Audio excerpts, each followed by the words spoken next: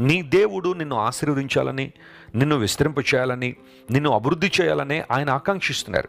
అయితే నువ్వు చేయాల్సిన పని ఏంటో తెలుసా? ఆయన ప్రణాళికకు నీ జీవితాన్ని అప్పగించుకోవడం, ఆయన అధికారానికి నీ జీవితాన్ని అప్పగించడం.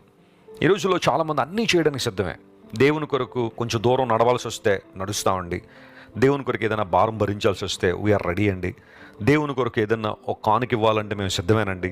దేవుని కొరకు ఏదన్నా ఒక సహాయం చేయాలంటే మేము ముందుకు వస్తామండని అన్ని విధానాల్లో ముందుకు వస్తున్నారు. కానీ నీ సమస్త ప్రవర్తన యందు దేవుని అధికారానికి ఒప్పుకో అంటే అది కొంచెం కష్టం అండి వెస్లీ గారు అన్నట్టుగా చాలామంది దూరం అయిపోతున్నారు. ప్రభు ఏం ఆశిస్తాడు నీ నుండి? ఏం కోరుతున్నాడు ఆయన? నీ నుండి ఆయన కోరుతుందంటూ ఏదైనా ఉంది అంటే ఆయన చిత్తానికి నీ జీవితాన్ని సమర్పించుకోవడమే. బైబిల్ గ్రంథాన్ని మీరు చదవండి.